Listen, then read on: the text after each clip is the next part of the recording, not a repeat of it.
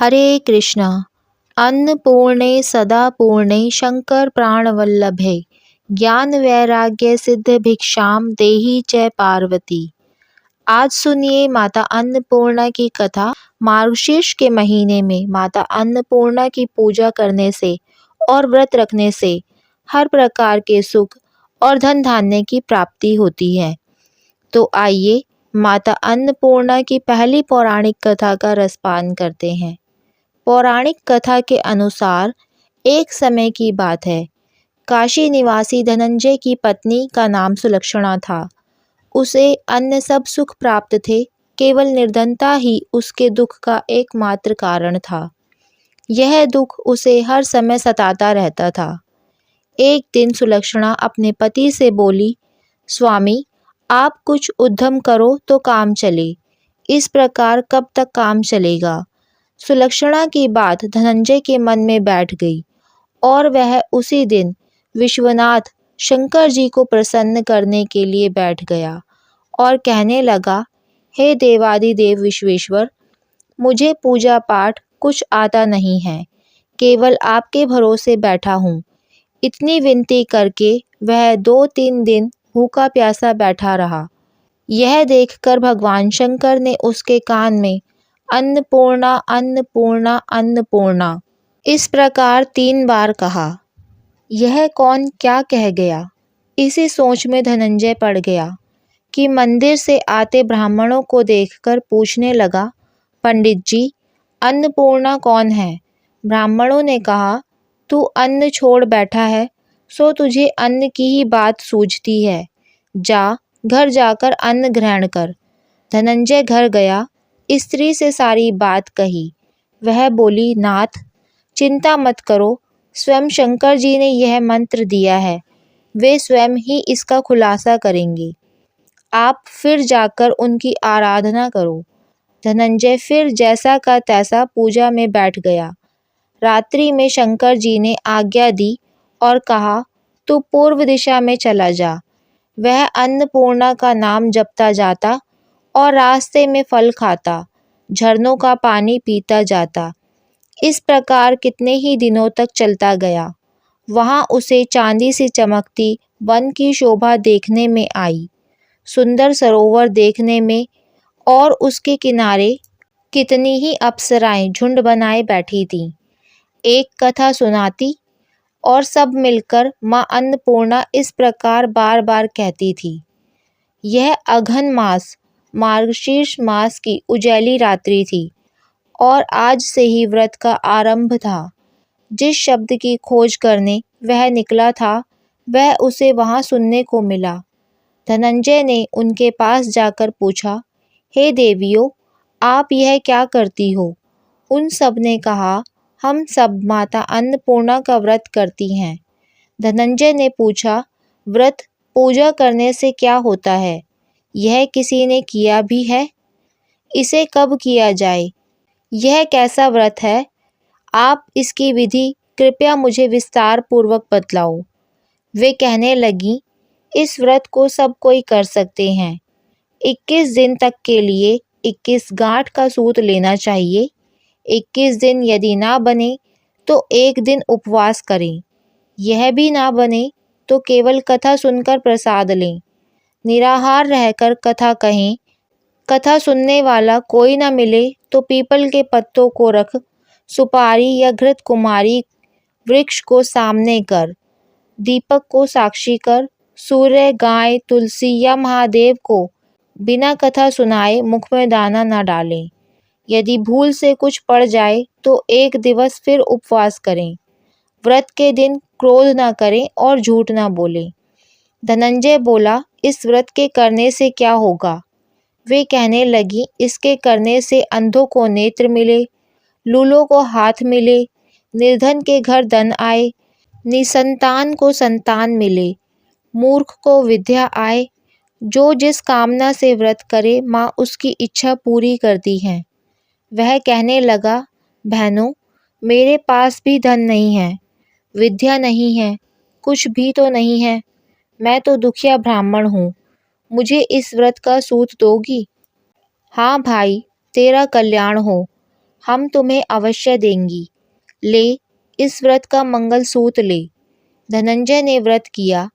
व्रत पूरा हुआ तभी सरोवर में से 21 खंड की सुवर्ण सीढ़ी हीरे मोती जड़ी हुई प्रकट हुई। धनंजय जय अन्नपूर्णा अन्नपूर्णा कहता चला जाता।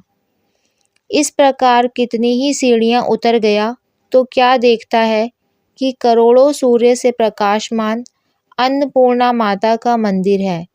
उसके सामने सुवर्ण सिंहासन पर माता अन्नपूर्णा विराजमान है। सामने भिक्षा हेतु भगवान शंकर खड़े हैं। देवांगनाएं चंवर डुलाती हैं। कितनी ही हथियार बांधे पहरा देती हैं। धनंजय दौड़कर जगदम्बा के चरणों में गिर गया। देवी उसके मन का कलेश जान गई। धनंजय कहने लगा, माता, आप तो अंतर्यामिनी हो, आपको अपनी दशा क्या बतलाऊं। माता बोली, मेरा व्रत किया है, जा संसार तेरा सत्कार करेगा। माता ने धनंजय की जीवा पर बीज मंत्र लिख दिया। अब तो उसके रोम रोम में विद्या प्रकट हो गई। इतने में क्या देखता है कि वह काशी विश्वनाथ के मंदिर में खड़ा है। माँ का वरदान ले धनंजय घर आया। सुलक्षणा से सब बात कही। माता जी की कृपा से उसके घर में संपत्ति उमड़ने लगी। छोटा सा घर बहुत बड़ा गिना जाने लगा। जैसे शहद के छत्ते में मक्खियाँ जमा होती हैं, उसी प्रकार अनेक सगे संबंधी आकर उसकी बड़ाई करने लगे।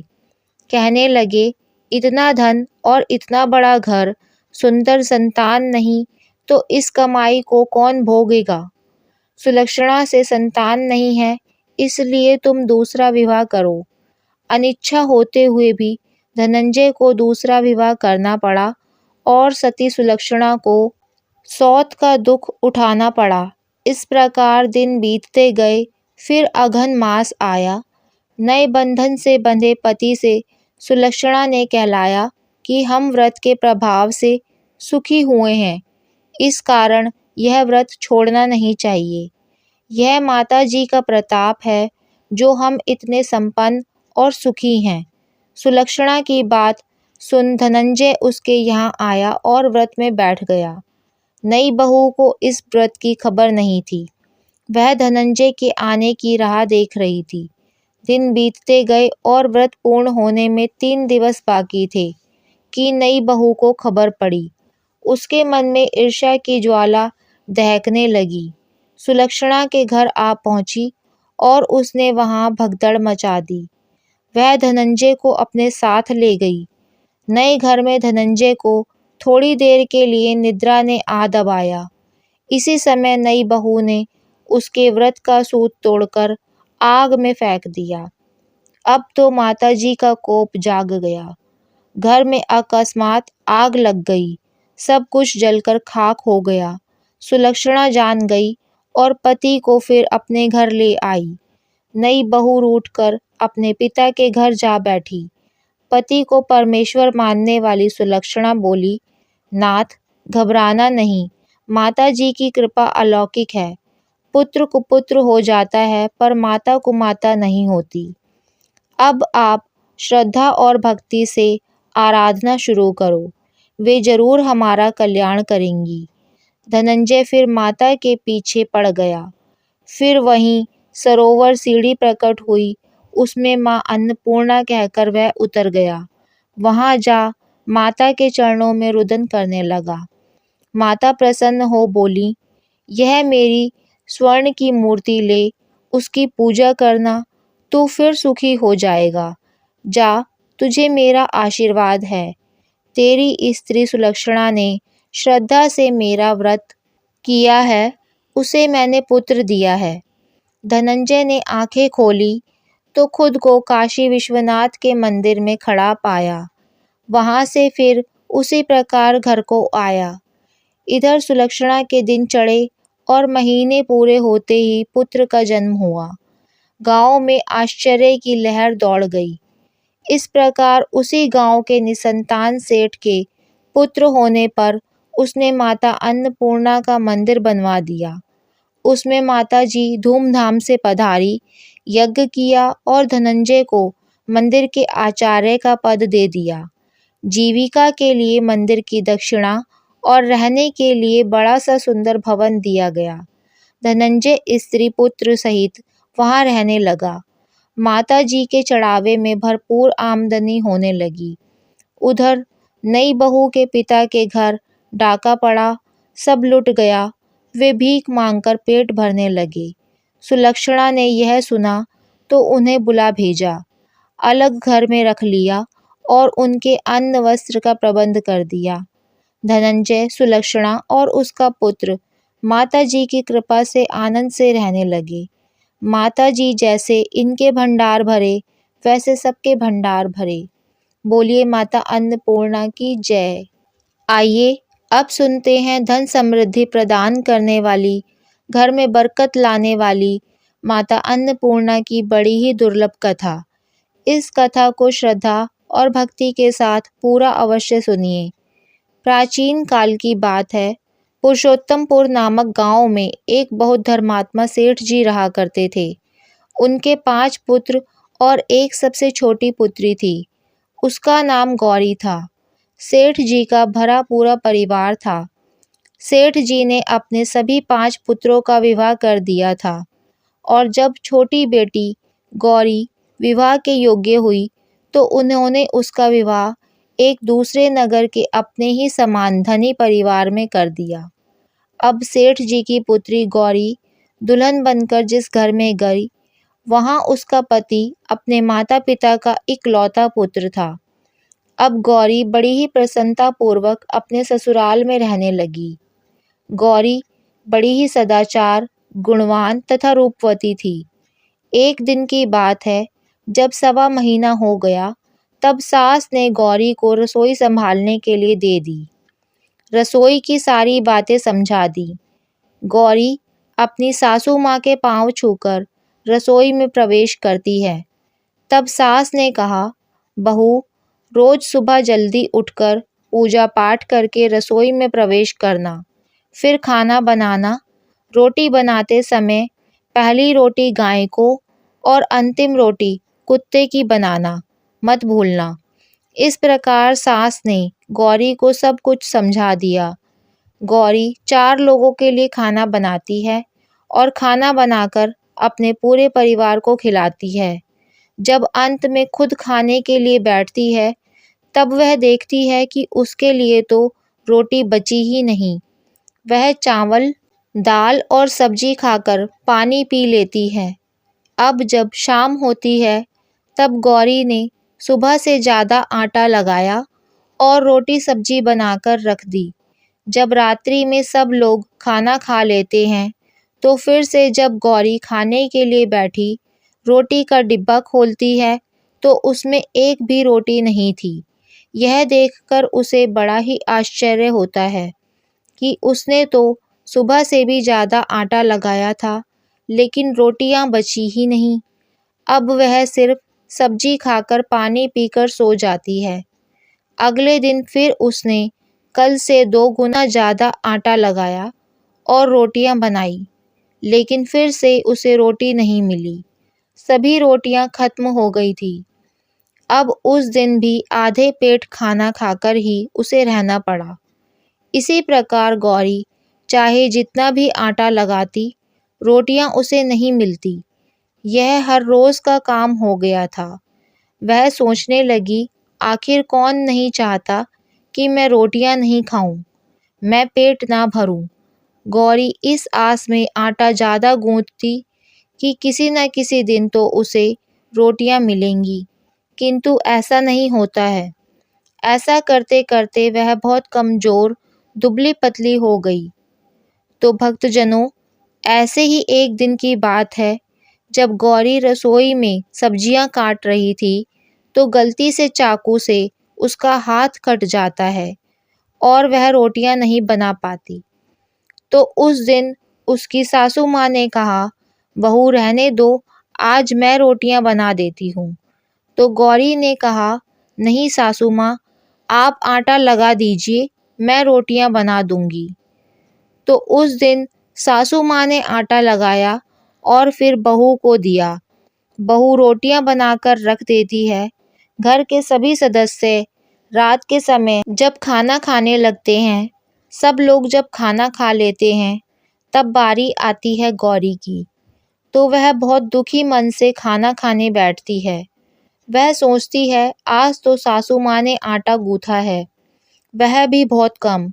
आज तो मेरे लिए रोटियां बची ही नहीं होंगी। यह सोचकर बहू मन ही मन बहुत दुखी होती है। किंतु जब वह रोटी के डिब्बे को खोलती है, तो उसने देखा कि उसमें 4-5 रोटियां रखी हैं। यह देखकर बहू बहुत खुश होती है। अब क्या था, ऐसे ही 7 दिनों तक बहू की सासू माँ आटा गूंथने लगी और बहू रोटियां बनाती थी। बहू को रोज रोटियां मिलने लगी। इन 7 दिनों में बहू ने पेट भरकर खाना खाया। जब 8वां दिन आया, तो बहू का हाथ भी ठीक हो गया था। तब सासू माँ ने कहा कि गौरी बेटा, क्या मैं आज आटा गूंथ दूं या फिर तुम आटा गूंथ लोगी? तब गौरी ने कहा, नहीं माँ, मेरा हाथ अब ठीक हो गया है, मैं आटा गूंथ दूंगी। उस दिन गौरी ने आटा गूंथा और रोटियां बनाई। सबको प्रेम पूर्वक खाना खिलाया। जब उसके खाने की बारी आई, तब उसने देखा कि रोटी के डिब्बे में तो रोटी ही नहीं है, पूरी रोटी खत्म हो गई है। यह देखकर वह गौरी बहुत ही आश्चर्य में पड़ जाती है। वह सोचती है, जब तक सासू माँ ने आटा लगाया, तब तक तो मुझे रोटियां मिलती थी, लेकिन जब से मैं आटा गूंथने लगी, तो मुझे रोटियां ही नहीं मिलती, जबकि सासू माँ मुझसे बहुत ही कम आटा गूंथती थी। इसके बाद भी पूरा परिवार उसमें खाना खा लिया करता था। ऐसी क्या बात है? यह सारी बातें सोचकर गौरी बहुत परेशान हो जाती है और दिन भर दुखी रहती थी। एक दिन की बात है, गौरी के पति ने गौरी से पूछा कि गौरी, तुम इतना उदास क्यों रहती हो? इतना सारा धन संपत्ति सब तुम्हारा ही तो है। तुम्हें रोकने टोकने वाला कोई नहीं है। तुम अपने मन से अपनी पसंद का भोजन बनाकर खाती हो। तुम दिन प्रतिदिन इतनी कमजोर कैसे होती जा रही हो? गौरी ने लाज और संकोच से अपने पति को कुछ नहीं बताया। तब उसके पति ने सोचा कि शायद उसकी पत्नी को उसके माता पिता की याद आ रही है। इसलिए अगले दिन गौरी का पति अपने माता पिता से कहता है कि पिताजी, मुझे लगता है कि गौरी को उसके माता पिता की याद आ रही है। मैं उसे उसके मायके लेकर जाता हूँ और सबसे मिलवा लाता हूँ। अपने बेटे की बात सुनकर गौरी के सास ससुर तैयार हो जाते हैं और उसे जाने की अनुमति दे देते हैं और कहते हैं, बेटा, यदि बहू को अपने माता पिता से मिलकर प्रसन्नता होती है, तो अवश्य ही तुम उसे उसके मायके ले जाओ। अब गौरी का पति अपनी पत्नी को लेकर उसके मायके जाता है। दामाद और बेटी को देखकर उनका बहुत ही आवभगत होता है। तरह तरह के व्यंजन बनाए जाते हैं, उन्हें खिलाए जाते हैं, बहुत सेवा सत्कार होता है। उसी दिन रात्रि में समय मिलने पर गौरी की माँ ने अपनी बेटी को कोने में ले जाकर पूछा, बेटी, तुम इतनी दुबली पतली कैसे हो गई? तुम तो बहुत ही कमज़ोर दिख रही हो। क्या बात है? तुम्हें कौन सी बात खाई जाती है? क्या तुम्हारे ससुराल वाले तुम्हारी चिंता नहीं करते, तुम्हें दुख देते हैं? या ऐसी कौन सी बात है जिससे तुम्हारी यह दशा हो गई है? अपनी माँ की बात सुनकर गौरी अपनी सारी परेशानी, सारी चिंताएं, सब कुछ बताती है। अपनी बेटी की बात सुनकर गौरी की माँ ने कहा, बेटी, हमें लगता है माता अन्नपूर्णा तुमसे नाराज़ हो गई है। इस विषय में तो मैं कुछ नहीं कर सकती, क्योंकि तुम्हारे ससुराल में हमारा बोलने का कोई अधिकार नहीं है। इसलिए मैं तो कहूँगी कि तुम यहाँ से जाने के बाद इस विषय में अपनी सास और ससुर से बात करना। वही कुछ हल बताएंगे और तुम्हारी समस्या का समाधान होगा। बेटी, माँ अन्नपूर्णा जिससे नाराज़ हो जाती हैं, उसके साथ ऐसा ही होता है। अब अपनी माँ की बातें सुनकर गौरी निश्चय करती है कि वह सारी बातें अपनी सासू माँ से कहेगी। अब जब सुबह का समय होता है तो गौरी अपने माता पिता से विदाई लेकर अपने ससुराल आ जाती है और ससुराल आने के बाद वह अपने सास ससुर और पति से सारी बातें कह सुनाती है। वह कहती है, माँ जी, जब से मैंने रसोई संभाली है, मैं खाना बनाती हूँ, तब से मुझे एक भी दिन रोटियाँ नहीं मिलती। बिना खाए पिए ही मैं सो जाती हूँ। किसी किसी दिन पानी पीकर ही सो जाती हूँ। किसी किसी दिन चावल सब्जी खाती हूँ। रोटी तो मुझे मिलती ही नहीं है। और माँ जी, आपको याद है मेरा हाथ कटा था, तब आप उस समय आटा गूँथा करती थी और वह भी बहुत कम। फिर भी मेरे लिए रोटियां बचा करती थी और मैं भर पेट खाना खाती थी। लेकिन अब जब मेरे हाथ का घाव ठीक हो गया है, तब से मैं फिर से आटा गूँथने लगी और रोटियां बनाने लगी। अब मेरे लिए फिर से रोटियां नहीं बचती। मैं आधे पेट ही खाना खाती हूँ। अपनी बहू की बातें सुनकर सास को सब कुछ समझ में आ गया। उसने कहा, बहू, यह शायद मेरी ही गलती है। मैंने तुम्हें सब कुछ बताया, सब कुछ सिखाया, लेकिन एक बात तो बताना भूल ही गई। ऐसा कहकर सास अपनी बहू का हाथ पकड़कर गौरी को रसोई में ले जाती है। एक परात में आटा निकालकर उस आटे को अच्छे से गूंथती है। गूंथने के बाद उस गुथे हुए आटे पर अपनी उंगलियों की 5 छाप लगा देती है और कहती है कि बहू, यह माँ अन्नपूर्णा का छाप होता है, उनका चिन्ह माना जाता है। आटा लगाने के बाद कोई भी स्त्री इस तरह छाप लगाती है तो उसके घर में बरकत होती है। इसका अर्थ यह है कि माँ अन्नपूर्णा की कृपा सभी परिवार वालों पर बरसे और कोई भी सदस्य भूखे पेट ना सोए। बहू, मैं तुम्हें ऐसा बताना भूल गई। तुम आटा लगाते वक्त आटे पर अपनी 5 उंगलियों का छाप छोड़ देना और माता अन्नपूर्णा तुम्हारे ऊपर अवश्य ही कृपा करेंगी। तुम कभी भी खाली पेट, भूखे पेट नहीं सोओगी। यह बरकत का चिन्ह होता है। अब अपनी सासू माँ की बात सुनकर बहू हर रोज आटा गूंथती और फिर उस पर अपनी 5 उंगलियों की छाप छोड़ देती और फिर रोटियां बनाती। अब बहू को हर रोज रोटियां मिलने लगी। वह भरपेट भोजन करने लगी और स्वस्थ भी हो गई। माता अन्नपूर्णा की कृपा उस पर बरसने लगी।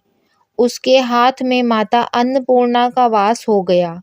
घर पर कोई भी सदस्य भूखा नहीं रहता और जो कोई मेहमान आता या कोई भी भीख मांगने के लिए भिक्षुक आता, उसे भी वह खाना खिलाकर ही घर से विदा करती।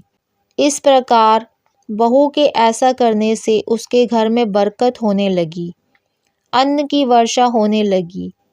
तो प्रिय भक्तजनों, आटे को गूंथकर उस पर 5 उंगलियों का छाप लगाना हमारी पुरानी परंपरा है। यह माता लक्ष्मी जी और माता अन्नपूर्णा का चिन्ह माना जाता है। ऐसा करने से माता अन्नपूर्णा सदा प्रसन्न रहती हैं और घर वालों पर अपनी कृपा दृष्टि बनाए रखती हैं। हमारे पूर्वजों से लेकर अब तक यह परंपरा चली आ रही है। सभी माताएं बहनें अपनी 5 उंगलियों की छाप आटे पर अवश्य ही लगाती हैं और माता अन्नपूर्णा से प्रार्थना करती हैं कि सबका पेट भरना, सबका कल्याण करना और घर में अन्न धन की वर्षा करना। तो प्रेम से बोलिए, अन्नपूर्णा माता की जय। ओम नमः शिवाय। जय माता दी।